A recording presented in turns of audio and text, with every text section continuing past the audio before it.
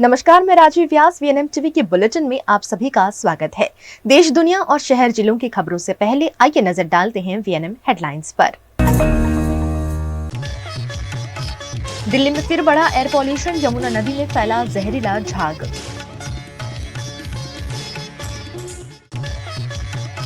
महिसागर नदी पर बियर का मुख्यमंत्री के हाथ में उद्घाटन, 34 गांव के 77,000 लोगों को होगा लाभ। वडोदरा में चोर समझकर 3 युवकों की पिटाई, एक की मौत, दूसरा गंभीर। देश की राजधानी दिल्ली में प्रदूषण लगातार बढ़ता जा रहा है। आज यमुना नदी में प्रदूषण सफेद बादलों के रूप में नदी के पानी पर तैरता हुआ नजर आया। दिल्ली एनसीआर में आज शनिवार सुबह एयर क्वालिटी में काफी गिरावट देखी गई। एयर क्वालिटी इंडेक्स 300 पॉइंट को पार कर गया। सुबह आसमान में धुंध छाई रही और लोगों को सांस लेने में भी परेशानी महसूस हुई। उधर यमुना नदी में जहरीला झाग लगातार दूसरे दिन भी नजर आ रहा है। दिल्ली के पर्यावरण मंत्री गोपाल राय ने कहा कि सर्दी बढ़ने की वजह से दिल्ली एनसीआर की एयर क्वालिटी खराब हो रही है। 2 दिन से पॉल्यूशन का स्तर बढ़ रहा है। इससे लोगों को गले में दर्द, सांस लेने में दिक्कत और आंखों में जलन हो रही है। इसी के साथ त्वचा से जुड़ी बीमारियां होने का भी खतरा बढ़ जाता है। दिल्ली के पर्यावरण मंत्री गोपाल राय ने पॉल्यूशन को लेकर 18 अक्टूबर को इमरजेंसी मीटिंग की थी। उन्होंने कहा कि कुल 13 हॉटस्पॉट हैं जहां AQI 300 को पार कर गया है। मंत्री ने अधिकारियों को जरूरी कदम उठाने के निर्देश दिए और कहा कि पॉल्यूशन इतना ज्यादा क्यों हो रहा है, इसकी वजह पता करें। गुजरात के वडोदरा के सावली में मही नदी पर वियर बनाने के विकास कार्य का सीएम भूपेंद्र पटेल ने भूमि पूजन किया है। वडोदरा जिला के सावली तालुका के पोईचा गांव में मही नदी में 429.76 करोड़ की लागत से मही नदी पर बनने वाली वियर का मुख्यमंत्री भूपेंद्र पटेल ने भूमि पूजन किया है। साथ ही सावली में बनने वाले नवनिर्मित बस डिपो वर्कशॉप का भी भूमि पूजन इस मौके पर किया गया। मही नदी पर यह वियर बनने से सावली के 34 गांव को सिंचाई का लाभ मिल पाएगा और 490 से ज्यादा कुएं रिचार्ज होंगे। इस योजना से सावली, डेसर, ठासरा और उमरेठ तालुका में भूगर्भ जल स्तर ऊंचा आएगा और मीठे पानी का जल संग्रह होगा। 10 मीटर ऊंचा बनने वाले पोईचा से 490 से ज्यादा कुएं रिचार्ज होंगे। सावली की 77,000 जनसंख्या को इस योजना से पीने के पानी और सिंचाई की सुविधा मिलेगी। 76 करोड़ના ખર્ચે સાવલી તાલુકાના પોઈચા કરોડા ગામ પાસે મહી નદી પર આ વિશાળ વિયરનું નિર્માણ મહી નદી પર આ અગાઉ બાંધવામાં આવેલા અન્ય ડેમ અને વિયર। इस मौके पर राज्य मंत्री कुंवरजी बावरिया, सांसद डॉक्टर हेमांग जोशी, सावली विधायक केतन इनामदार और जिले के सभी विधायक उपस्थित रहे। गुजरात के वडोदरा के वारसिया में चोर समझकर भीड़ ने एक युवक को मौत के घाट उतार दिया। वडोदरा के अलग अलग इलाकों में चोरों की दहशत बढ़ती जा रही है। कई इलाकों में चोरों की अफवाह से लोग रात भर जाग कर अपनी सुरक्षा खुद कर रहे हैं। इसी बीच वारसिया में सरसिया तालाब के पास बीती रात 3 युवकों को चोर समझकर स्थानीय निवासियों ने उनकी जमकर पिटाई की, जिसमें से एक युवक गंभीर रूप से घायल हुआ है, जबकि दूसरे युवक की इलाज के दौरान मौत हो गई है। 30 साल के मृतक का नाम शहबाज खान है। इस मामले परिजनों ने न्याय मांगा है। घटना में એવું કે ચોર સમજીને એને મારી નાખેલ છે, પણ એ લોકો તે એક વખતે મદારટી પર ચા પીવા ગયા હતા રાતના 1-1.5 વાગ્યા સુમારમાં, પણ તે વખતે ત્યાંથી નીકળ્યા અને બાઇક એમની બગડી ગઈ હતી। ત્યાં આગળ બાઇક નું કશું કરતા હતા અને તે વખતે 200 થી 300 ટોળો આવ્યો, ચોર સમજીને એમને મારી નાખેલ છે। સાહેબ, અમારી માંગ એ છે અમને ન્યાય મળે અને જે મારી નાખનાર ટોળું છે એમને તાત્કાલિક ધોરણે અરેસ્ટ કરવામાં આવે છે। એ મૃત્યુ થનાર વ્યક્તિ એકતાનગર આજવારો રહેતા હતા, શેબાજ ખાન પઠાણ નલી। હોસ્પિટલ માં આવ્યો, એની હાલત જોઈ મેં, લાગા કરીને મારેલા બી છે ને તરવાલો ઘોચેલી છે। એના જે બી હોય સખત ને સખત કાર્યવાહી કરો ને અરેસ્ટ કરો સાહેબ, हमारी मांग है। ने एक सेबाज ने एक साहिल छोकरा था, तो ये लोग ना याकूतपुरे चाय पीने गए थे। याकूतपुरे से ये लोगों ने चाय पी थी। चाय पी के ने निकलते लेने तो इनकी गाड़ी बंद पड़ गई।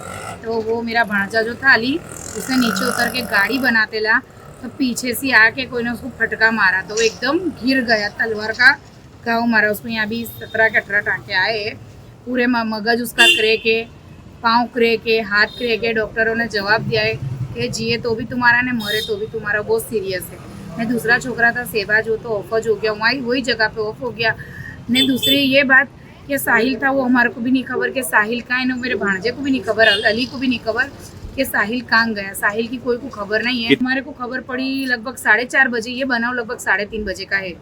वारसिया इधर बाजू वारसिया मंदिर है ना कोई, वहाँ बाजू ये घटना घटी। हमारा इसने हमारे को जीवानी ऐसी दी कि हमारे सब मारने वाले सब गुजराती थे, टोटली सब गुजराती थे वहाँ बाजू ने। मेरे को है ने पहले तो नंगा करा ने, नंगा करके मेरे को देखा ने कि हाँ मैं मियाँ भाई हूँ, तो उसको नंगा करके जांघों के अंदर तलवार की नोका घुसेड़ेली है ने। हॉस्पिटल में भी वो नंगा ही आया है। उन लोगों ने वधारे तो उसको मियाँ भाई था तो ज वधारे मारा, बाकी कोई पब्लिक को ऐसा कोई पुलिस पोते वहाँ खड़ेली थी हमारे पास पुलिस वालों की। अरे ये वीडियो भी है वारदात की, तुम कहे तो मैं कैमरे पे भी बता सकती हूँ। ये वारदात हुई ने जब वहाँ बाजू पुलिस खड़ेली थी ने, पब्लिक लातों सी ने ऐसी डांगों सी बच्चों को मारज रही। हाँ ऐसा क्या, तो इन लोगों ने छोकरों ने ऐसा भी क्या कि हम चोर नहीं है, तो भी पब्लिक ने नहीं सुना कि हम चोर नहीं है, हम चोर नहीं, हम चाय पीना है ने। चोरी कहाँ होए, घर में घुसे ने, जब केवल चोरी ये रोड पे मारा है। हाँ गाँव केस है उनके ऊपर, वो बात की बात है, अभी की बात नहीं है। एकता नगर के अंदर के सब बच्चे चोर पकड़ाए ले, एक एक को लेके गए ले, एक एक बच्चे को उठाएला। जो वीडियो में नहीं था ना बेकसूर उनको भी उठाएला था। हमारी मांग ये है कि जो हमारा एक छोकरा मर गया है, जो अभी हमारा छोकरा एक सीरियस है, हमारे बच्चों को इंसाफ देवे, क्योंकि एक तो हमारा चला गया ने, एक की भी कोई आस है नहीं, तो हमारे को इंसाफ चाहिए कि इस तरह ये कायदे में नहीं है कि कोई ऐसा नंगा करके ऐसा मारो। फ्लाइट में बम होने की धमकी लगातार मिलती जा रही है। आज भी कुछ ऐसी ही घटना घटी। लगातार घट रही इन घटनाओं से करोड़ों रुपयों का नुकसान हो रहा है। इंडियन एयरलाइंस की 20 से ज्यादा फ्लाइट्स में आज शनिवार को बम होने की धमकी मिली। इसमें Indigo, air India, Akasa, Vistara, spice jet, star air और अलायंस एयर शामिल हैं। पिछले एक हफ्ते में 40 से ज्यादा विमानों को बम की धमकी मिल चुकी है। ये सभी झूठी साबित हुई। इन धमकियों की वजह से अब तक 80 करोड़ रुपयों का नुकसान हो चुका है।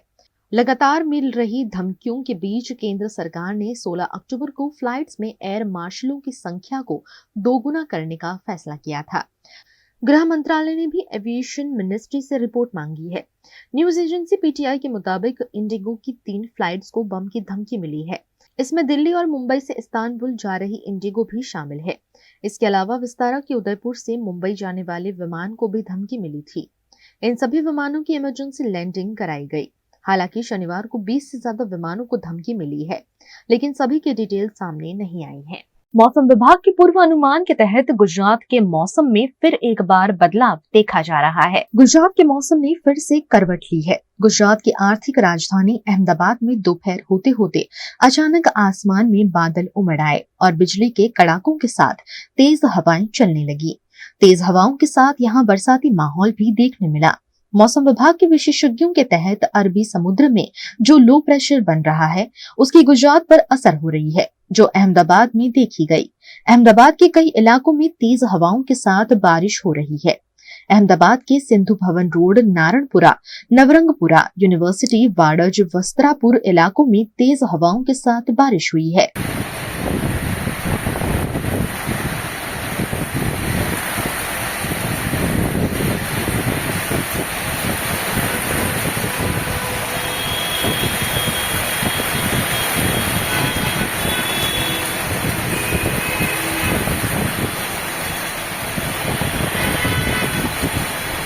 गुजरात के भावनगर में भी मौसम में अचानक बदलाव देखा गया। यहाँ तेज हवाओं के साथ धुआंधार बारिश देखने मिली। बिजली के कड़ाकों के साथ चली तेज हवाओं के साथ भावनगर के कई इलाकों में जोरदार बारिश हुई। भावनगर के आनंद नगर, भरत नगर, चित्रा, फुलसर समेत के कई इलाकों में धुआंधार बरसात दर्ज हुई है। धुआंधार बारिश की एंट्री से कई लोगों में खुशी की लहर देखी गई। बारिश के साथ ही लोगों को गर्मी से आंशिक राहत मिली है। बीएनएम टीवी पर वक्त है एक छोटे से ब्रेक का। ब्रेक के बाद जल्द हाजिर होंगे कुछ और खबरों के साथ। बने रहिए हमारे साथ। पानेरी एम्ब्रॉयडरी अब नए रंग रूप में। आप पानेरी पहुंचे हैं तो मानो आपकी सारी शॉपिंग हो सकेगी एक ही जगह पर। पानेरी में festive collection, casual collection, nightwear, innerwear के साथ अब ज्वेलरी, कई ब्रांड के कॉस्मेटिक्स, पर्स, परफ्यूम और बहुत कुछ। बच्चों से लेकर बड़ों के लिए बेहद खूबसूरत हर कलेक्शन। ट्रेडिशनल ड्रेस चाहिए या स्टाइलिश, पानेरी में सब कुछ वन स्टॉप वन डेस्टिनेशन। खुद के लिए खरीदना हो या दूसरों को गिफ्ट करना हो, पानेरी है सबसे best. Must visit Paneri embroidery. 10 Akota stadium road, Rajnagar society, Akota, Vadodara.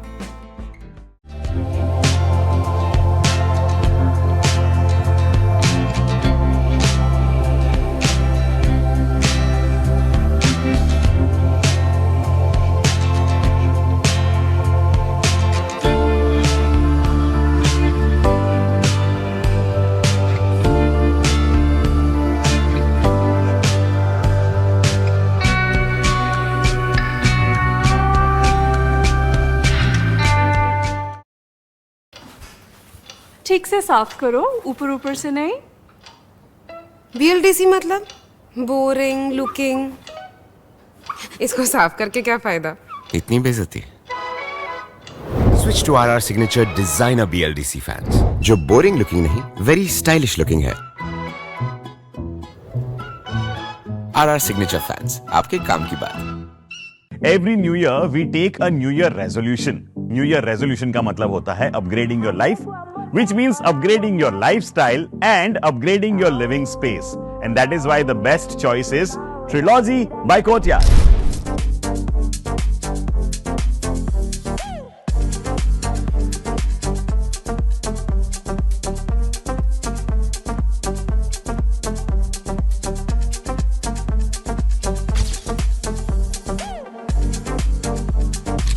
Trilogy by Courtyard. Finest architecture, world-class amenities, and a great space to live. Come check it out.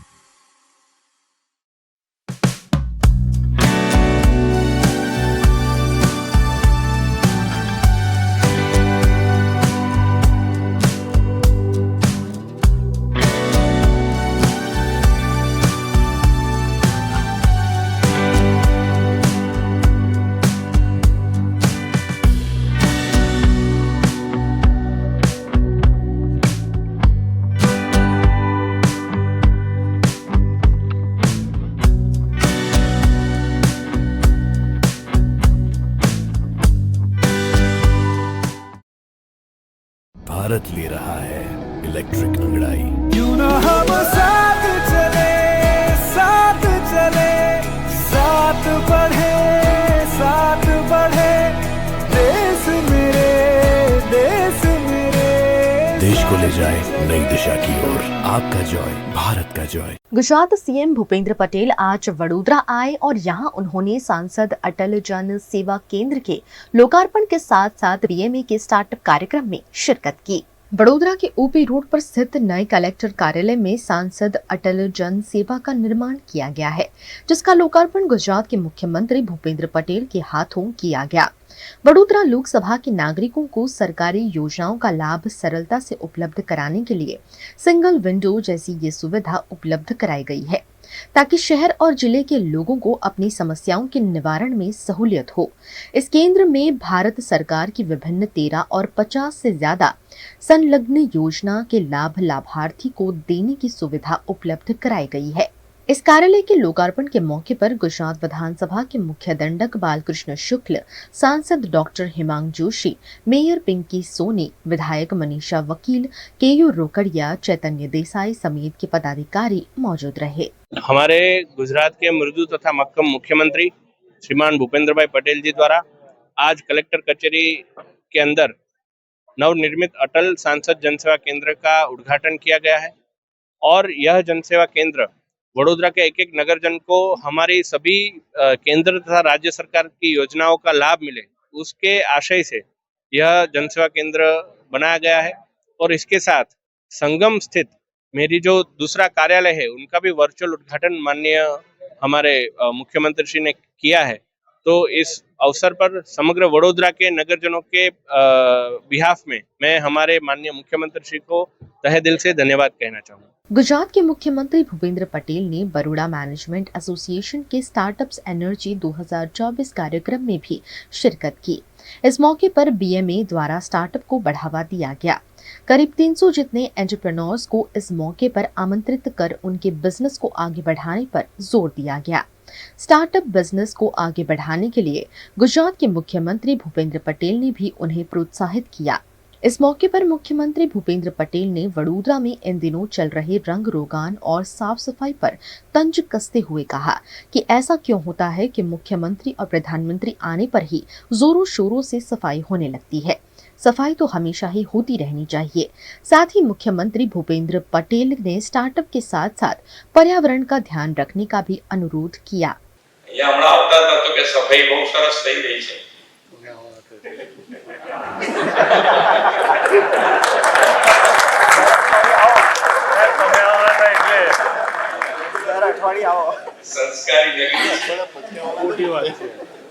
સંસ્કારી નગરી છે તો આપણે સ્વચ્છતાનો સ્વભાવ અને આપણા સંસ્કારમાં લાવવું જ પડે કે ભાઈ આજે સીએમ આવે છે કે પીએમ સાહેબ આવે છે તારે સફાઈ થાય એવું નથી જોઈતું।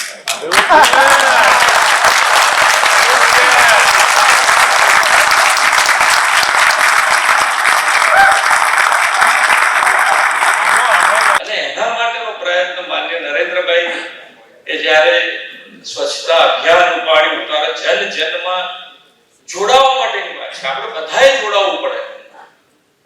સરકાર કરી લેશે કે કોર્પોરેશન કરી નાખશે એ કરશે, એ ક્યાંય જવાનું નથી। અમારે ક્યાંય છૂટવાની વાત થતી નથી। તમારી સાથે રહીને આપણે જે બેસ્ટ થાય એ કામ કરવાનું।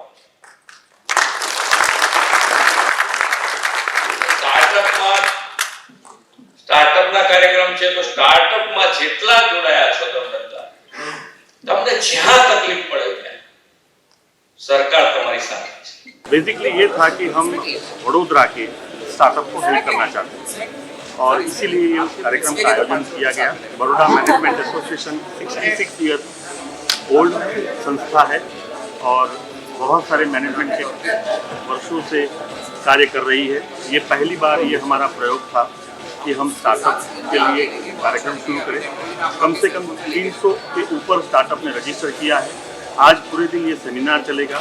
आपने देखा गुजरात के हमारे मुख्यमंत्री श्री भी इस प्रसंग में आए थे और कई महानुभाव थे आज के इस प्रसंग में। तो हमारा जो गोल है वो स्टार्टअप को नॉलेज देना।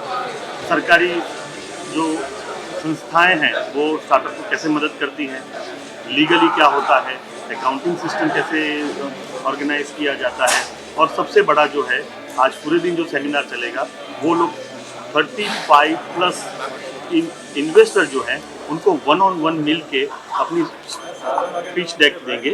उनमें से कई लोगों को आज फंडिंग भी मिलेगा और जीवन में सफलता मिलेगी। कितने पार्टिसिपेंट कितने होंगे? 320 प्लस। ये कितना दिन चलेगा? एक ही दिन का पूरा दिन का सेमिनार है, रात को 8 बजे। भारतीय जनता पार्टी के सदस्यता अभियान में सदस्य बनाने में ऐसी घटनाएं सामने आ रही हैं जो ये कहने के लिए मजबूर करती हैं कि अब तो भाजपा ने हद कर दी। देश के प्रधानमंत्री नरेंद्र मोदी द्वारा भारतीय जनता पार्टी को मजबूत करने के लिए देश भर में सदस्यता अभियान चलाया जा रहा है, लेकिन गुजरात में इस अभियान के तहत दिए गए टारगेट को पूरा करने के लिए कूटनीति अपनाई जा रही है।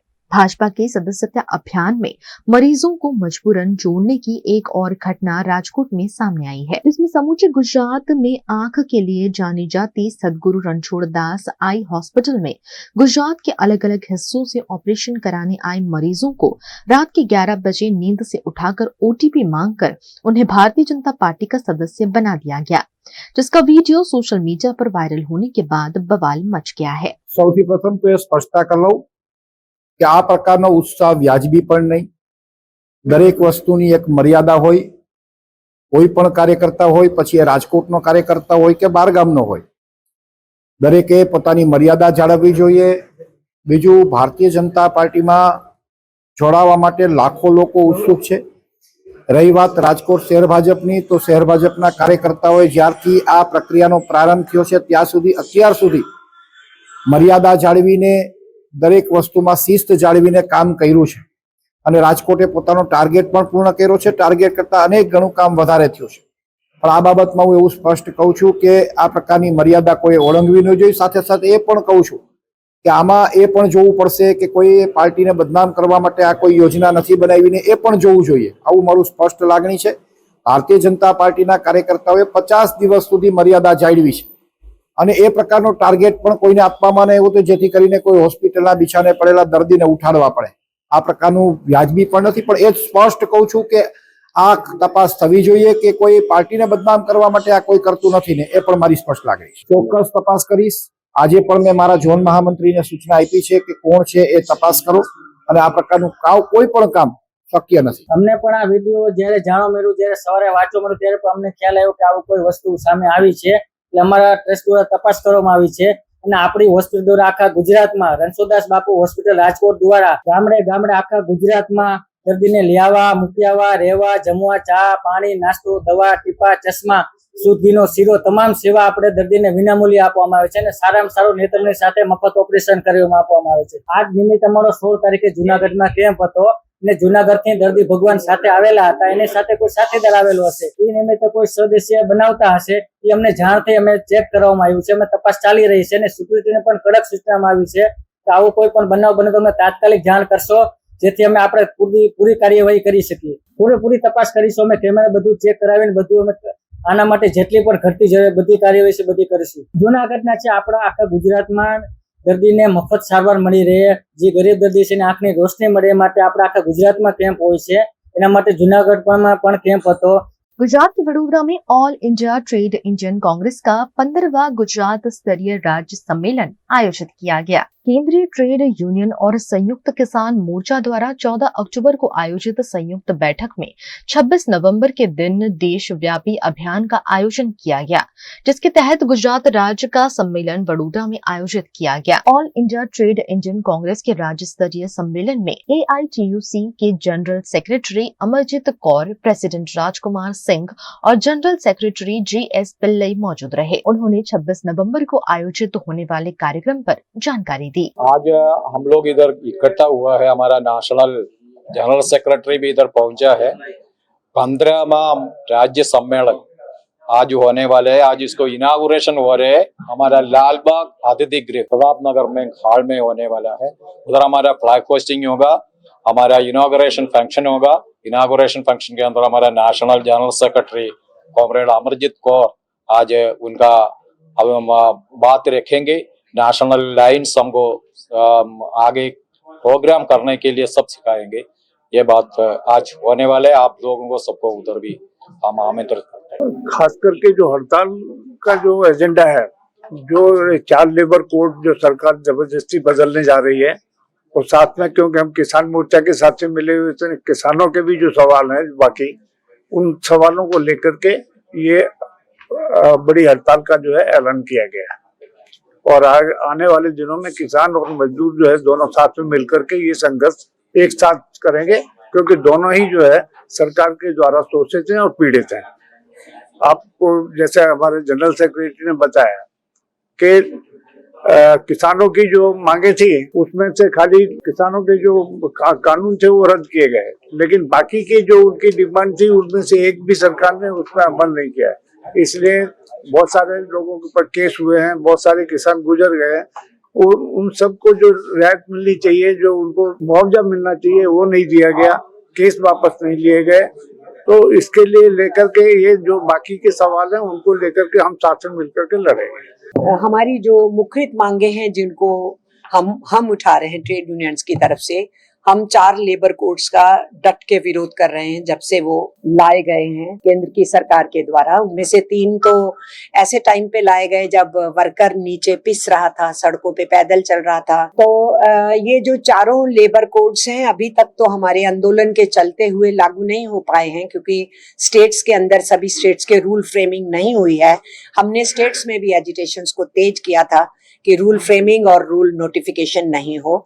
तो बहरहाल हम उन लेबर कोड्स को एक्सेप्ट नहीं करते जिसमें ना हमारी इंडियन लेबर कॉन्फ्रेंस हुई और उसमें चर्चा हुई, ना ट्रेड यूनियन से डिस्कशन हुई, और ना ही पार्लियामेंट के अंदर उसके अंदर कोई बहस होने दी गई. तो ये टोटली अनडेमोक्रेटिक मेथड से हमारे ऊपर थोपा जा रहा है. और ये यूं ही नहीं लिए, ये लेबर लॉ हमें किसी ने मेहरबानी से नहीं दिए थे. हमने अंग्रेजी राज में लड़के बहुत से इनमें से लेबर लॉज लिए थे और फिर आजाद हिंदुस्तान में भी लड़के पार्लियामेंट और स्टेट असेंबली से ये लॉ लिए थे। उनको यूं ही झाड़ू लगा कर फेंकना हमें मंजूर नहीं है। छोटा उदेपुर के बोडेली में सालों की मांगों के बाद गांव में करीब 7 नई सड़कें बनाई गई हैं, जिससे लोगों को आवाजाही में सुविधा होगी। गुजरात के छोटा उदेपुर के बोडेली तालुका के 7 गांव में करीब 9 करोड़ की लागत से बनाई गई नई सड़कों का सांसद जशु राठवा और विधायक अभय सिंह तडवी के हाथों लोकार्पण किया गया। बोडेली ग्राम पंचायत से जमुना पार्क सोसाइटी होते हुए डबो रोड पानी की टंकी तक 72.63 लाख की लागत से करीब 1.25 किलोमीटर लंबी आरसीसी सड़क बनाई गई है, जो 20 साल बाद बनी होने की वजह से बोडेली के ग्रामजनों को इसका काफी अरसे बाद लाभ मिल रहा है। साथ ही अलग अलग सड़कें करीब 9 करोड़ की लागत से तैयार की गई है। इन 7 सड़कों का लोकार्पण छोटा उदेपुर के सांसद जशु राठवा और विधायक अभय सिंह तडवी के हाथों किया गया। इस मौके पर ग्रामजनों ने जनप्रतिनिधियों का आभार प्रकट किया। बोडेली खाते पानी टाकी पंचायत ऑफिस रोड बोडेली सरपंच કાર્તિકભાઈ તેમજ કાર્યકરોની રજૂઆત હતી કે બોડેલી ગામમાં અવર જવર કરવા માટે ખૂબ તકલીફ પડે છે, એને ધ્યાને લઈને 72,63,00,000ના ખર્ચે આરસીસી રોડ બન્યો છે અને એનું કામ પૂરું થયું છે। એનું આજે અમે લોકાર્પણ કર્યું છે। ધોલપુર ફાજલપુર આંબાપુરા રોડ લડોદ ધોલપુર લડોદ જોગીપુરા એ લગભગ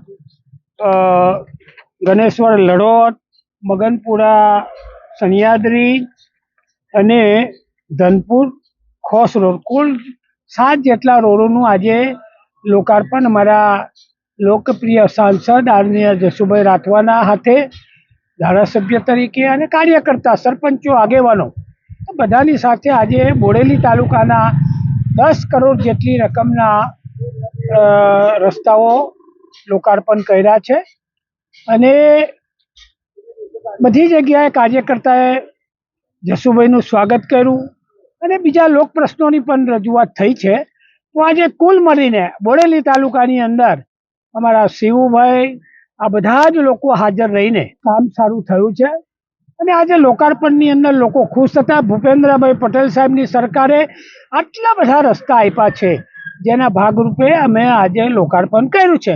लगभग 300 करोड़ना काम आखा जिल्लामां अमारा लोकप्रिय सांसद कर्णेतन धारासभ्यो मुख्यमंत्रीने मळ्या અને બીજા 300 करोड़ना काम हजू पण आव्या छे, जेनुं टूंक समयमां अमे खातमुहूर्त करवाना छे। दिवाली का त्योहार नजदीक आ रहा है, ऐसे में ट्रेन के साथ साथ 2500 नई बस भी सूरत एसटी विभाग चला रहा है। दिवाली और छठ पूजा जैसे त्योहार में ज्यादातर पर प्रांतीय अपने अपने वतन जरूर जाते हैं।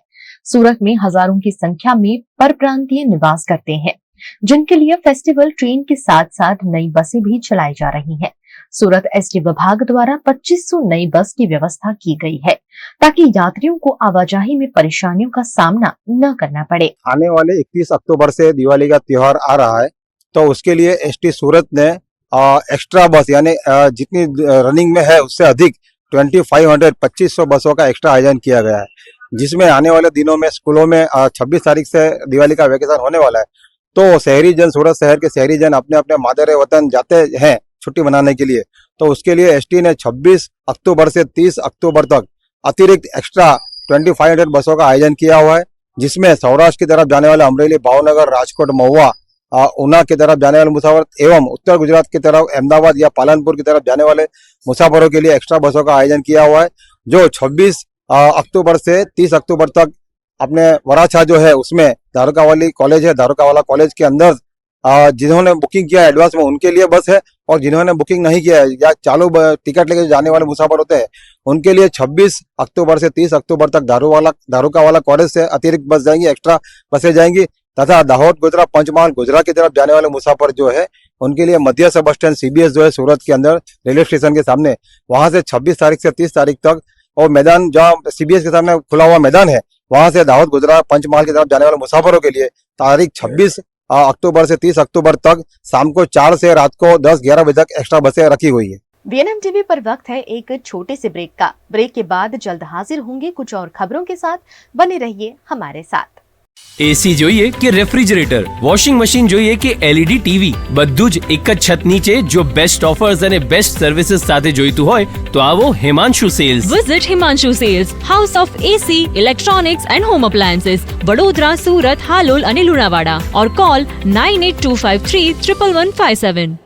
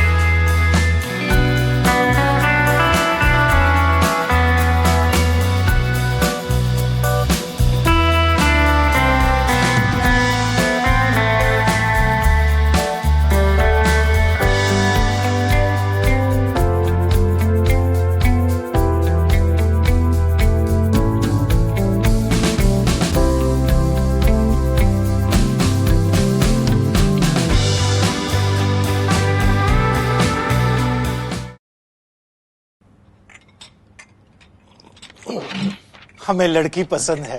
कुंडली भी मिलती है भैया। काफी हॉट है।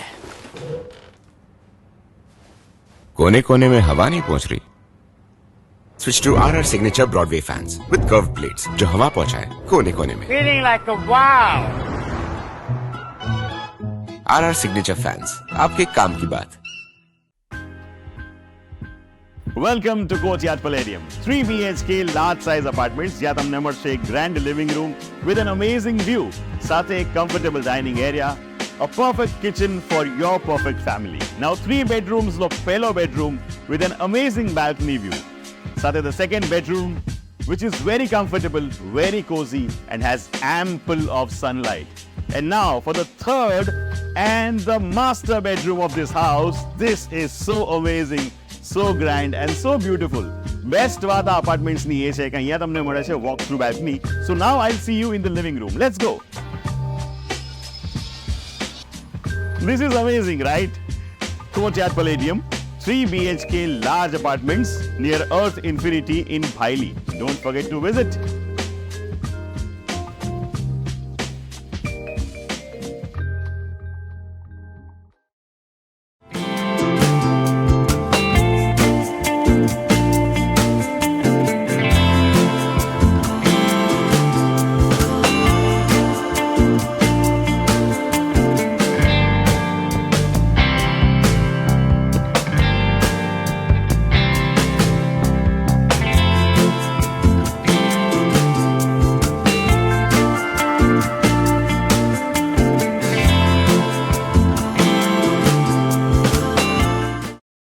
दिवाली और छठ पूजा के लिए वतन जाने वाले पर प्रांतियों के लिए पश्चिम रेलवे ने 106 नई फेस्टिवल ट्रेन चलाने का ऐलान किया है।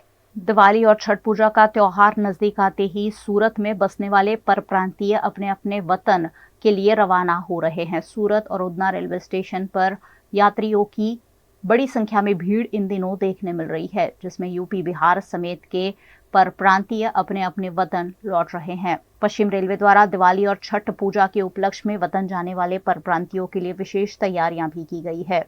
सूरत से उत्तर प्रदेश, बिहार और राजस्थान की ओर करीब 1.5 से 2 लाख लोग त्योहार मनाने जाते हैं। ऐसे में पश्चिम रेलवे द्वारा 106 फेस्टिवल ट्रेन चलाई गई है, जिसमें 2315 जितने रूट चलाए जाएंगे, जो परप्रांतियों और दिवाली के त्योहार में आवाजाही करने वाले लोगों के लिए काफी फायदेमंद साबित होंगे। आप सौ जाणो छो के दिवाळीना पर्वनी अंदर रेलवेमां मुसाफरी करवा माटे रेल यात्रीओनो खूब मोटी संख्यामां धसारो थतो होय तेवा संजोगोनी अंदर वेस्टर्न रेलवे द्वारा रेल यात्रीओनी संख्याने ध्यानमां राखीने जरूरियात मुजबनी વધારાની ટ્રેનો મૂકવામાં આવશે અને સાથે સાથે आप जाणो छो तेम के सूरतना प्लेटफॉर्म नंबर 4 ઉપર અત્યારે સમારકામ ચાલી રહ્યું હોય તેવા સંજોગોની અંદર બધી વધારાની ટ્રેનો ઉધના રેલવે સ્ટેશન પર ડાયવર્ટ કરીને ઉધના રેલવે સ્ટેશનથી શરૂ કરવામાં આવનાર છે તહેવારની અંદર। એ સમયે રેલ યાત્રીઓનો ધસારાને ધ્યાનમાં રાખીને વેસ્ટર્ન રેલવે દ્વારા ઉધના રેલવે સ્ટેશન ખાતે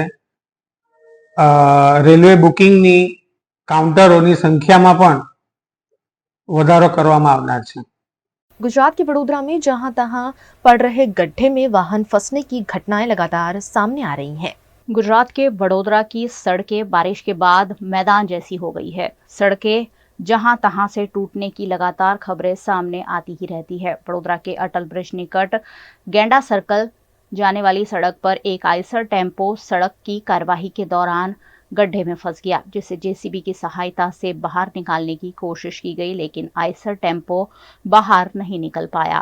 इन दिनों देश के प्रधानमंत्री नरेंद्र मोदी वडोदरा दौरे पर आने वाले हैं, जिसके चलते वडोदरा शहर की सड़कों को भी चमकाने का काम चल रहा है। लेकिन इसी बीच इस तरह की घटनाएं सड़क निर्माण की गुणवत्ता पर सवाल उठाती है। साथ ही वडोदरा के नागरिकों की जान पर सीधा सीधा खतरा वडोदरा की सड़कें पैदा कर रही है।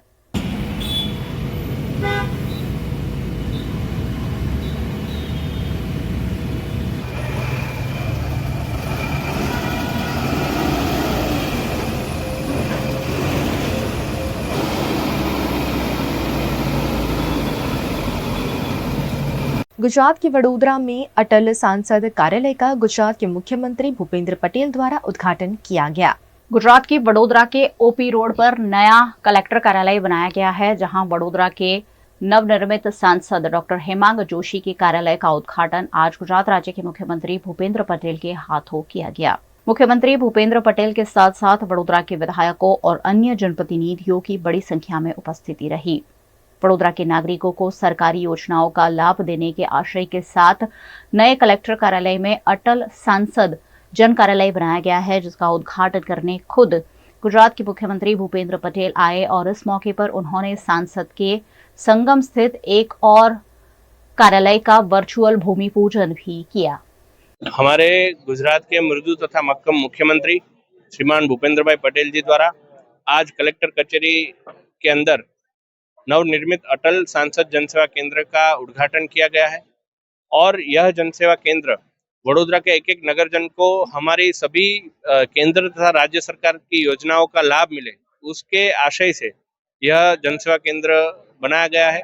और इसके साथ संगम स्थित मेरी जो दूसरा कार्यालय है उनका भी वर्चुअल उद्घाटन माननीय हमारे मुख्यमंत्री श्री ने किया है। तो इस अवसर पर समग्र वडोदरा के नगरजनों के बिहाफ में मैं हमारे माननीय मुख्यमंत्री श्री को तहे दिल से धन्यवाद कहना चाहूँगा। देश में बढ़ रही बेरोजगारी के बीच कैबिनेट मंत्री बलवंत सिंह राजपूत की अध्यक्षता में सिद्धपुर में जिला स्तरीय रोजगार भर्ती मेला आयोजित किया गया। गुजरात राज्य के कैबिनेट मंत्री बलवंत सिंह राजपूत की अध्यक्षता में गोकुल ग्लोबल यूनिवर्सिटी सिद्धपुर में जिला स्तरीय रोजगार भर्ती मेला आयोजित किया गया। इस भर्ती मेले में युवाओं को उनकी मनपसंद नौकरी मिले, इस आशय के साथ आयोजन किया गया। साथ ही नौकरी देने वालों को भी अच्छे स्किल्ड युवा मिल सके, इस आशय के साथ रोजगार भर्ती मेले का आयोजन किया गया, जिसमें कैबिनेट मंत्री बलवंत सिंह राजपूत के साथ साथ पाटन जिला कलेक्टर अरविंद विजयन, जिला विकास अधिकारी BM प्रजापति के साथ साथ banking, insurance, textile, manufacturing, pharmaceutical, garment समेत कई क्षेत्र के प्रतिनिधि उपस्थित रहे। गुजरातना आदरणीय मुख्यमंत्री भूपेन्द्रभाई पटेल साहेबे समग्र गुजरातમાં તમામ યુવાન મિત્રોને રોજગારી પ્રાપ્ત થાય એના માટેની વ્યવસ્થા કરતા હોય છે। સમગ્ર ગુજરાતની અંદર 46થી વધારે રોજગારી મેળા થવાના છે। દરેક જિલ્લા વાઇઝ એક અત્યારે મેળો થાય છે, યુનિવર્સિટીઓમાં થાય છે। આજે એના ભાગરૂપે પાટણ જિલ્લાની અંદર રોજગારી મેળો થયો છે। મને કહેતા એ વાતનો આનંદ છે કે 25થી વધારે કંપનીઓ આજે અહીંયા આગળ આવી છે અને 1350થી વધારે જગાઓ ખાલી છે। એની સાથે સાથે 10,000થી વધારે યુવાન મિત્રોએ રજિસ્ટ્રેશન કરાવડાવ્યું છે। મને ચોક્કસ આશા છે કે ગુજરાત સરકારે જે પ્રકારની વ્યવસ્થા કરી છે અને કેન્દ્ર સરકાર, રાજ્ય સરકારની અનેક પ્રકારની સ્કીમો સાથે જોડાયેલી છે, ત્યારે આ બધા જ લોકોને રોજગારી અહીંયા આગળ આજે 1350 જગ્યા જે ખાલી છે એમાં પ્રાપ્ત થઈ જશે।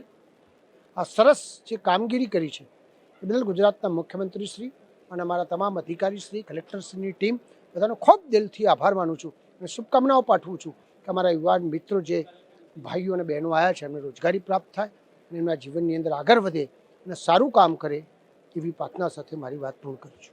छत्तीसगढ़ के गोरेला पेंजा मरवाही में साइबर क्राइम के खिलाफ जागरूकता अभियान का विभिन्न गतिविधियों के साथ समापन किया गया। छत्तीसगढ़ के गोरेला पेंजा मरवाही में 5 अक्टूबर से साइबर जागरूकता अभियान शुरू किया गया था, लेकिन समापन बिलासपुर रेंज आईडी संजीव शुक्ला की उपस्थिति में किया गया। इस दौरान जीपीएम पुलिस द्वारा जिले में विभिन्न माध्यमों से साइबर अपराध के प्रति जागरूकता प्रदान की गई। पुलिस द्वारा नवरात्रि के गरबा समेत के अलग अलग कार्यक्रमों में लोगों को साइबर क्राइम के प्रति जागरूक किया गया। इस दौरान गोरेला पेंजा मरवाही को और सुंदर बनाने पर चित्र प्रतियोगिता का आयोजन भी किया गया, जिसके तहत लोगों को बढ़ रही साइबर एक्टिविटीज पर अवेयर किया गया। इस समय पुलिस के लिए सबसे बड़ी चुनौती जो है वो साइबर अपराध है और सभी जिलों ने इस पे अपना अपना काम किया, लेकिन यदि मैं गोरेला पेंजा को देखूं तो इस जिले ने इस पे बहुत उत्साह से और बहुत बड़े पब्लिक पार्टिसिपेशन को साथ में लेके और बड़े प्रोफेशनल तरीके से और संस्थागत तरीके से इस अभियान को चलाया। लगभग जो आंकड़े इन्होंने मुझे दिखाया कि 67,000 आम नागरिक किसी न किसी रूप में इस कार्यक्रम के साथ जुड़े और समाज का सभी वर्ग, चाहे वो दशहरे का ग्राउंड हो, चाहे वो स्पोर्ट्स के ग्राउंड हो, चाहे वो बच्चों के स्कूल कॉलेज हो, चाहे गांव की पंचायत हो, सभी जगह में गोरेला पुलिस पहुंचकर लोगों को इसके लिए अवेयर करी और निश्चित रूप से ये अवेयरनेस का जो परिणाम है वो अगले 3-4 महीने में दिखेगा। साइबर अपराध में कम से कम गोरेला पेंजा में अप्रत्याशित कमी आएगी। मैंने पहले ही बताया कि पुलिस के लिए ये एक बहुत बड़ी चुनौती है और न सिर्फ पुलिस के लिए इन अपराधियों से बचना। ये कितना भी प्रयास कर ले, कुछ फंडामेंटल 4-5 चीजें हैं, जैसे नंबर 1 कि अपने अकाउंट को लॉक करके रखना है, पब्लिक नहीं रखना है, अपने अकाउंट में अपने पर्सनल डिटेल्स नहीं देना है, अपना ओटीपी किसी से शेयर नहीं करना है, अपने फोन पर आने वाले कोई भी अननोन लिंक को क्लिक नहीं करना है, किसी अनजान आदमी की फ्रेंड रिक्वेस्ट को स्वीकार नहीं करना है, किसी अनजान आदमी के साथ वीडियो कॉलिंग में नहीं जाना है।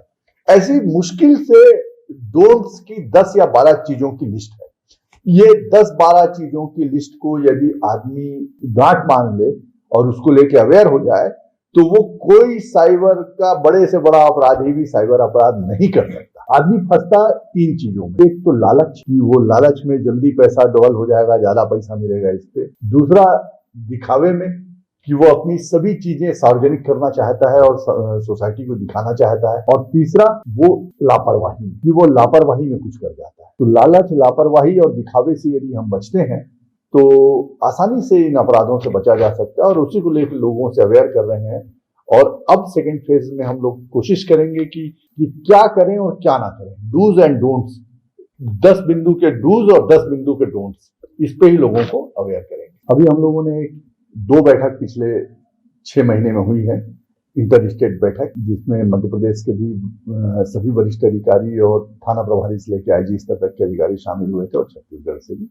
उसमें हम लोगों ने रिव्यू किया है और अभी ऐसी कोई भी गतिविधि दोनों स्टेट में इस बॉर्डर पे संज्ञान में नहीं आई है, लेकिन चूंकि ये संवेदनशील क्षेत्र है तो ऐसी गतिविधियां कभी हो भी ना, उसके लिए जो जो कुछ करना है वो सभी चीजें रणनीति बनाकर दोनों जगह की पुलिस, मध्य प्रदेश की पुलिस भी बॉर्डर की और छत्तीसगढ़ की पुलिस भी उस पर काम कर रही है। गुजरात के कच्छ के मांडवी में युवती को फंसाकर युवक द्वारा परेशान किया जा रहा होने का मामला दर्ज हुआ है। कच्छ के मांडवी के गोधरा गांव का परिवार मुंबई रहता था। उस वक्त फ्री फायर मैक्स नामक ऑनलाइन गेम खेलते खेलते युवती जिगर नामक एक युवक के संपर्क में आई थी। बाद में चैटिंग और प्यार का मामला शारीरिक संबंध तक पहुंच गया, लेकिन युवक दूसरे धर्म का होने की जानकारी मिलने के बाद परिवार वापस गांव आ गया और लड़की की शादी की कवायद शुरू कर दी। लेकिन आरोपी युवक ने युवती के अश्लील फोटोग्राफ्स भेजकर सगाई भी तुड़वा दी। इस मामले पुलिस थाने में शिकायत के आधार पर आरोपी को पुणे से पकड़कर कानूनी कार्यवाही की गई है। उन लोगों ने यहाँ पे एक साइबर क्राइम में एक एप्लीकेशन दी थी और उसमें उन्होंने बताया था कि उनकी लड़की का न्यूड फोटो किसी ने किसी को भेजा है।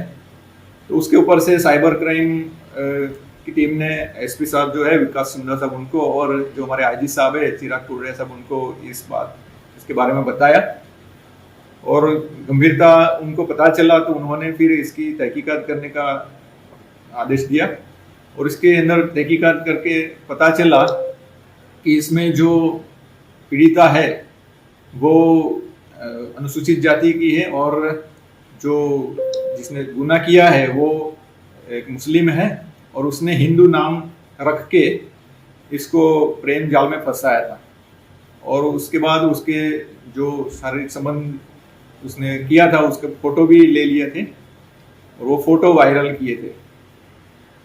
तो इस हिसाब से फिर गुनाह दाखिल किया गया है। ये लोग जब पीड़िता जो है वो उसके परिवार वो लोग जब मुंबई में रहते थे आज से 3 साल पहले डोंबिवली में, तब ये लड़की जो है वो ऑनलाइन गेम खेलती थी और उस गेम में दूसरे एक जिगर नाम के एक आईडी वाले से उसका मैच हुआ था पैर जैसा, तो जिगर नाम था उसका। फिर वो दोनों साथ में कंटिन्यूस खेलते थे, रेगुलरली खेलते थे। उसके बाद ये जिगर वाले ने उसको अप्रोच किया, उसी में से उसको मैसेज किया कि मेरा स्नैपचैट का आईडी है तो तेरा भी स्नैपचैट का आईडी दे। फिर स्नैपचैट पे ये लोग दोनों चैटिंग करते थे। ये लड़का जो है वो आए दिन गुड मॉर्निंग का और दूसरे धार्मिक मैसेजेस भेजता था और वो जो धार्मिक मैसेजेस थे वो हिंदू धर्म के थे। तो ये लड़की को लगा कि ये नाम भी जिगर है और हिंदू धर्म के मैसेजेस भेजता है तो हिंदू लड़का होगा। फिर उसने मोबाइल नंबर मांगा, फिर उन लोगों की मुलाकात की, स्टेप वाइज ये आगे बढ़ रहा था। मुलाकात हुई, मुलाकात में भी उसने बताया कि मैं हिंदू हूँ, मेरा नाम जिगर है। ऐसा करके फिर प्रेम संबंध में उसको बांधा, फंसाया और उसके बाद उसके घर का पता ले लिया। फिर एक बार घर पे गया और घर पे उसके मर्जी के खिलाफ उसके साथ शारीरिक संबंध बांधे और उस टाइम पे उसने फोटोग्राफ ले ली थी न्यूड। उसके बाद फिर से थोड़े दिनों के बाद फिर से उसके घर पे गया और फिर से उसके साथ वो फोटो दिखा के शारीरिक संबंध बांधा उसकी लड़की के मर्जी के खिलाफ। तब वो लड़की ने शादी की बात की तो उसने बोला कि शादी के लिए तुझे मुस्लिम धर्म अपनाना पड़ेगा। तो इसने पूछा कि क्यों? तो इसने बताया कि दरअसल में मेरा नाम जियाद उसे समीर लतीफ़ शेख है और तुझे मेरे साथ शादी करनी पड़ेगी। अगर तू शादी नहीं करेगी तो ये फोटो जो है वो मैं वायरल कर दूंगा। तो इस प्रकार का गुजरात सरकार की योजना के तहत हारिज के दांतरवाड़ा में बनाए गए शौचालय में सालों बाद गड़बड़ी की शिकायत के आधार पर जांच शुरू कर दी गई है। गुजरात के पाटन के हारिज तालुका के दांतरवाड़ा गांव में शौचालय बनाने में घोटाला उजागर हुआ है, जिसके बाद तालुका पंचायत की 6 टीमों ने डोर टू डोर जांच शुरू कर दी है। हारिज के दांतरवाड़ा में 2020-2021 के वर्ष में 117 शौचालय बनाए गए थे, जिसमें धांधली की गई है। हारिज तालुका पंचायत की अध्यक्ष चंदा ठाकुर ने इस मामले कलेक्टर समेत के प्रशासन को लिखित में शिकायत की है। गांव के पूर्व सरपंच कांति ठाकुर द्वारा ये धांधली की गई होने के आरोप लगाए गए हैं। दांतरवाड़ा गांव में 3 साल पहले एजेंसी द्वारा बनाए गए शौचालय में बड़े पैमाने पर भ्रष्टाचार उजागर हुआ है। फिलहाल शौचालय को स्टोर रूम या किचन के रूप में यहाँ के लोग इस्तेमाल कर रहे हैं। ऐसे में शौचालय की सुविधा तो लोगों को मिली ही नहीं है। ऐसे में कर्मचारी डोर टू डोर जांच कर रिपोर्ट तैयार कर रहे हैं और रिपोर्ट तैयार होने के बाद प्रशासन तक समूचा मामला उजागर किया जाएगा और उसके बाद आगे का निर्णय प्रशासन द्वारा लिया जाएगा। गुजरात के वडोदरा में आज फिर एक बार मौसम ने करवट ली और धुआंधार बारिश टूट पड़ी। दिवाली का त्योहार नजदीक होने के चलते आबू रोड के मुख्य बाजार में अतिक्रमण हटाने की कार्यवाही को नगर पालिका द्वारा अंजाम दिया गया। नगर पालिका स्टाफ द्वारा अतिक्रमण हटाने की सूचना देकर उसे हटाने की अपील की गई। अगर अतिक्रमण नहीं हटाया गया तो सामान जब्त करने तक की बात कही गई। दरअसल दीपावली के त्योहार के चलते नगर पालिका द्वारा भीड़ भाड़ कम करने की कोशिश हो रही है, लेकिन नगर पालिका की इस खानापूर्ति पर सवाल उठना लाजमी है। जैसे ही नगर पालिका के अधिकारी मौके से जाते हैं, फौरन अतिक्रमण फिर से कर दिया जाता है।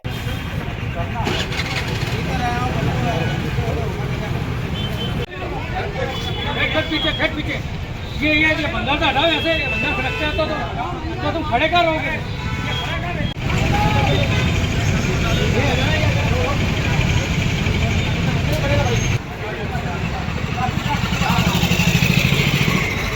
आबू रोड नगर पालिका की टीम अतिक्रमण हटाने बाजार पहुंची, जिसके चलते यहां हलचल तो देखने मिली, लेकिन नगर पालिका की टीम के जाते ही अतिक्रमण फिर से जैसे थे वैसे की वैसी स्थिति में पहुंच गए। ऐसे में नगर पालिका के अधिकारियों के अतिक्रमण हटाने की कार्यवाही सिर्फ फोटो सेशन तक ही सीमित रह गई। दिवाली त्योहार के दौरान अधिकारियों द्वारा की जा रही परेशानी से दुकान वाले और ठेले वालों में आक्रोश दिख रहा है। मैं ये कहना चाहता हूँ कि आज प्रशासन अभी खाली दिवाली के हिसाब से आया है, ठीक है ना, उसके बाद क्या करेगा? आज ये अतिक्रमण आप खुद देख लीजिए, ये 2 मिनट के बाद आज वापस गला कोई ना कोई पैसेंजर आता है, वो गाड़ियां खड़ी कर जाता है, फिर दादागिरी करता है, झगड़े करता है हमारे साथ। तो हम उसको जवाब कहाँ क्या दे रहे हैं? प्रशासन का एक भी स्टाफ नहीं मिलता है, 2 दिन 1 घंटे पर आएगा, फिर गायब हो जाएगा। उसका क्या करना? मेन चीज ये है कि वैसा अभी आप आए और ठीक है, थोड़ा सा त्योहार के हिसाब से बाद में 8 दिन रोज की रामायण है हमारे यहाँ पे। क्या कब तक रोज दुकानदार झेलता रहेगा इन लोगों को? सर्विस आपने आज बोल दिया कि ठीक है हटा दो, हटा देते हम भी हटा देते, लेकिन आगे उसके लिए भी आगे कार्रवाई सरकार दी जाए, उसकी फैसिलिटी दी जाए। इन चीजों को ध्यान रखे कि ट्रैफिक नहीं होवे और कोई अनाथ जगह गाड़ियां खड़ी कर करके नहीं जावे। गुजरात के वडोदरा में आज फिर एक बार मौसम ने करवट ली और धुआंधार बारिश टूट पड़ी। मानसून इस बार गुजरात का पीछा नहीं छोड़ रहा है। गुजरात के मौसम विभाग ने कई शहर जिलों में धुआंधार बारिश की संभावना जताई थी, जिसके तहत गुजरात के वडोदरा में भी शाम होते होते आसमान में गरजते हुए बादल के साथ तेज हवाएं चली और बारिश टूट पड़ी। वडोदरा के कई इलाकों में धुआंधार बारिश दर्ज की गई। अरबी समुद्र में फिर एक बार डिप्रेशन क्रिएट होने पर गुजरात में चक्रवात के साथ बारिश की संभावना जताई गई है, जिसके तहत वडोदरा में भी आज मौसम बदला बदला देखा गया। गुजरात के वडोदरा के सयाजीगंज के विधायक केयूर रोकड़िया ने कांग्रेस नेता विनू पटेल के बेटे संदीप पटेल के खिलाफ मानहानि का दावा किया है। वडोदरा के विधायक केयूर रोकड़िया पर कांग्रेस के कार्यकर्ता संदीप विनू पटेल ने तत्कालीन मेयर के रूप में जोन फेर करने के बाद जमीन खरीदने के आरोप लगाए थे। इस मामले केयूर रोकड़िया ने संदीप पटेल पर 50 करोड़ का मानहानि का दावा किया है। साथ ही संदीप पटेल पर कानूनी केस भी किया है, जिस पर एडवोकेट हितेश गुप्ता ने जानकारी दी। कांग्रेस कार्यालय में एक इंटरव्यू आपवामां आव्यो आरोपी संदीप विनुभाई पटेल द्वारा। ए इंटरव्यू में एमने आक्षेपो कर्या हता के केयूर रोकड़िया ज्यारे मेयर हता ते वखते एमने कौभांड कर्युं छे, जोनफेर कर्यो छे, 50 करोड़नुं कौभांड छे, आ प्रकारना जे पाया विहोणा एमने आक्षेप कर्या। ए आक्षेप सबब ज्यारे तमाम पुरावाओनो अमे अभ्यास कर्यो, तमाम दस्तावेजोनो अभ्यास कर्यो, तो एक बात स्पष्ट हती के जे कोई आक्षेपो करवामां आव्या छे ए तमामे तमाम आक्षेपो खोटा छे। ए तमाम आक्षेपोमां जे जोनफेर बाबतनी पण जे वात हती ए समग्र काळ दरमियान श्री केयूर रोकड़िया मेयर हता ज नहीं, अने जाणे मेयर हता अने एमने कोई कौभांड कर्युं छे ए प्रकारनो आखो इंटरव्यू। एटले प्रथम तो एक लीगल नोटिस आपवामां आवी संदीप पटेलने। જ્યારે આ તમામ પુરાવાનો અભ્યાસ કરીને એમને જણાવવામાં આવ્યું, એક તક આપવામાં આવ્યું કે પૂરની આ પરિસ્થિતિમાં જે કોઈ તકલીફો લોકોને વેઠવી પડી, તેવામાં આ તકલીફોને એક અવસર તરીકે એમને ઉપયોગ કરીને પોતાની પબ્લિસિટીનો જે કારસો રચ્યો અને ખોટા આક્ષેપો શ્રી કેયુર રોકડિયા સામે જ્યારે મૂક્યા, ત્યારે એમને એક તક આપવામાં આવી કે તમે જે કોઈ આક્ષેપો મૂક્યા છે એ આક્ષેપો ના પુરાવા આપો।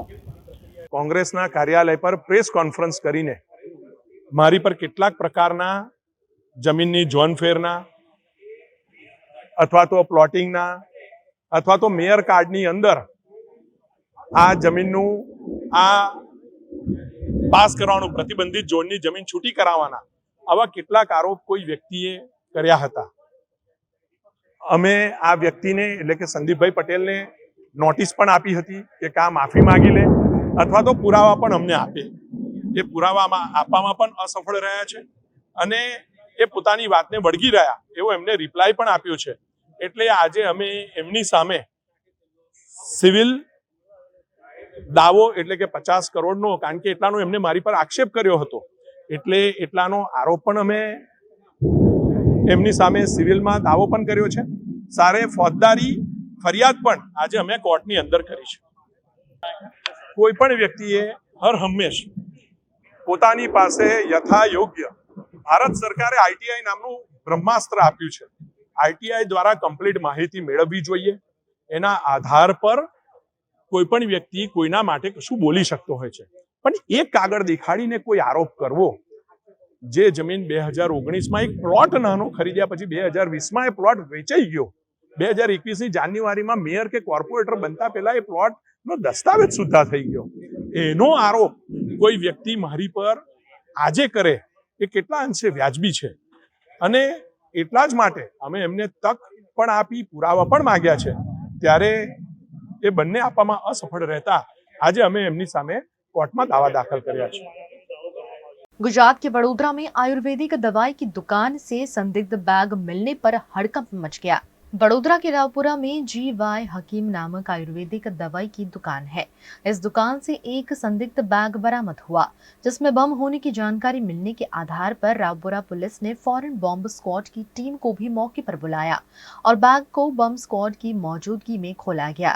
वैसे बैग से कोई संदिग्ध वस्तु बरामद नहीं हुई है। बैग से कुछ दस्तावेज और कुछ सामान मिले हैं, जिसकी जांच पुलिस द्वारा की गई। कोई शंकास्पद वस्तु नहीं कि कोई एक्सप्लोजिव रिलेटेड बीजो कोई मटीरियल एवं आपने कि फाइंड आउट के कोई पण जे छे कि इलीगल वस्तु आपने मळी आवेल नथी। मात्र ने मात्र एक जे मुकेश श्रीवास्तव साहेब जे छे लेफ्टनન્ટ कर्नल रेंक जे छे एने जे डायरीज अने थोड़ी स्टेशनरीनो सामान जे छे ए बधुं आपने जे सेफ्टी पिन्स ने सेल्स जे पावर सेल्स जे छे अने स्टेशनरीनो सामान ए बधी वस्तु मळी आवेल छे। बीजું કે અન્ય કોઈ પણ એવી શંકાસ્પદ વસ્તુ આપણને મળી આવેલ નથી। Now we doesn't find out any kind of mobile number and any contact number. Right now we are searching, અમે સર્ચ કરીએ છીએ આમાંથી જો કોઈ મોબાઈલ નંબર મળી આવશે તો we will try to contact them and give it back to the concerned. Gujarat के बड़ोदरा में रियल एस्टेट प्लेटफॉर्म के लिए रियल इजी वेबसाइट लॉन्च की गई है। देश के प्रधानमंत्री नरेंद्र मोदी द्वारा स्टार्टअप को प्रोत्साहन दिया जा रहा है। बड़ोदरा के सांसद द्वारा भी स्टार्टअप को लगातार बढ़ावा देने की कोशिश की जा रही है। इसी के तहत आजवा रोड पर पंडित दीनदयाल ऑडिटोरियम में बड़ोदरा के हितेश उदवानी द्वारा बनाई गई रियल इजी वेबसाइट लॉन्च की गई, जिससे बड़ोदरा वासियों को अपना घर लेने और बेचने में आ रही दिक्कतों को आसानी से दूर किया जा सकेगा। 0% ब्रोकरेज चार्ज के साथ ये वेबसाइट काम करेगी, जिसमें अपने घर और दुकान को आसानी से खरीद और बिक्री किया जा सकेगा।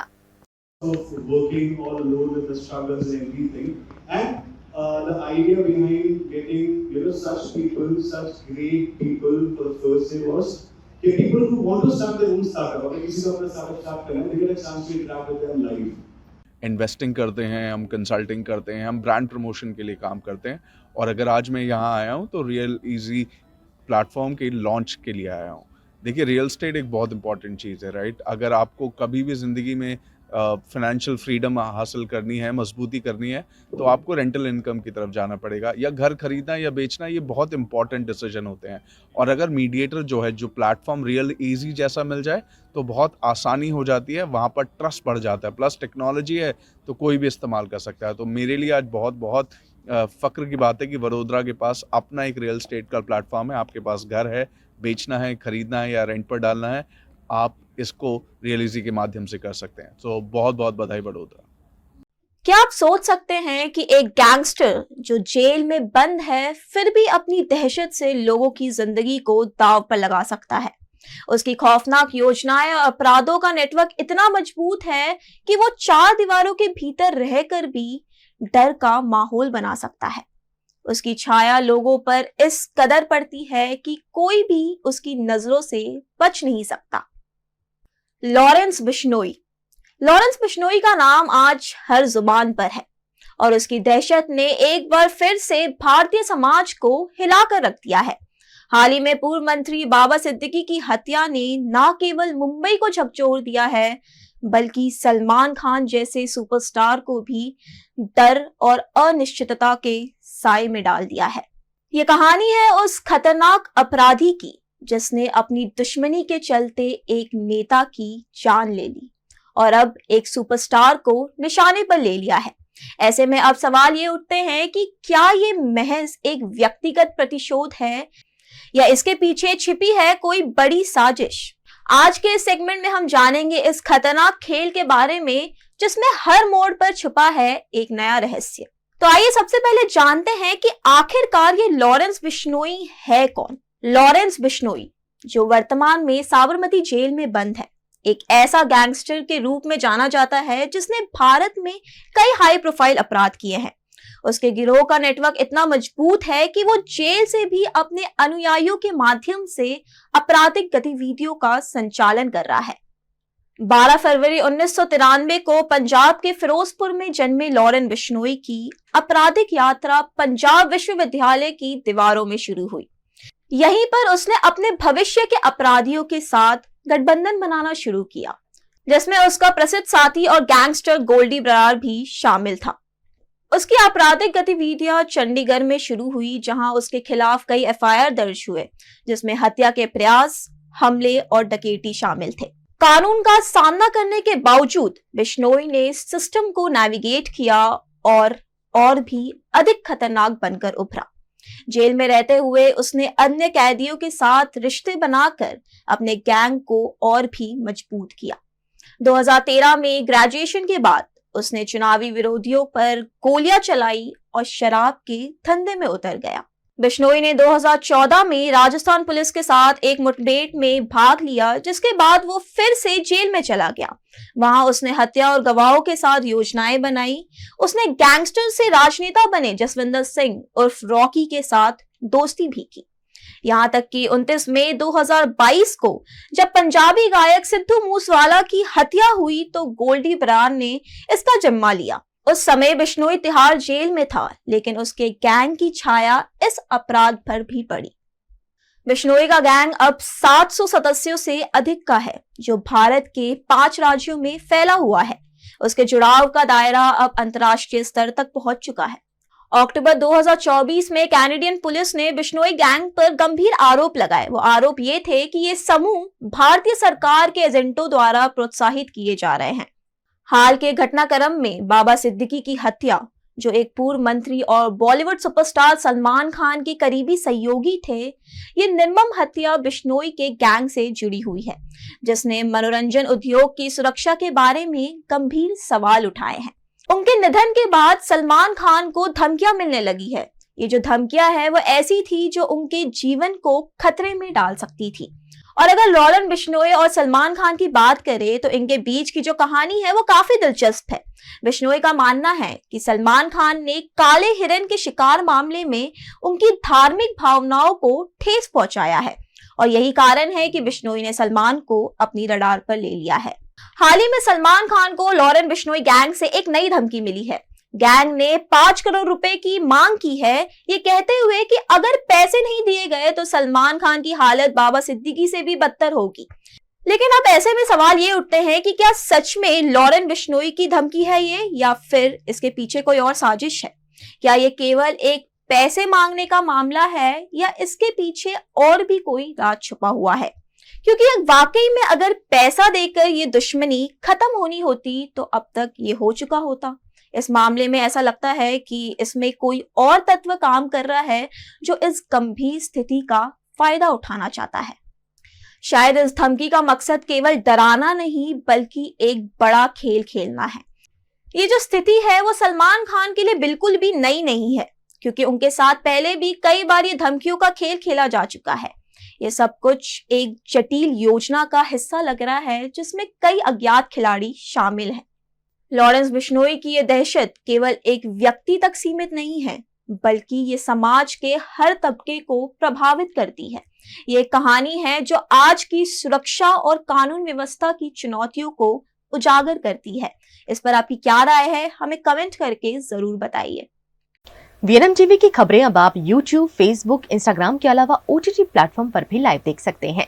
डेली हंट, जियो टीवी, वोडाफोन टीवी और जियो फाइबर पर 498 नंबर के चैनल पर भी 24 घंटे वीएनएम टीवी आपके लिए उपलब्ध है। देखते रहिए वीएनएम टीवी। नमस्कार।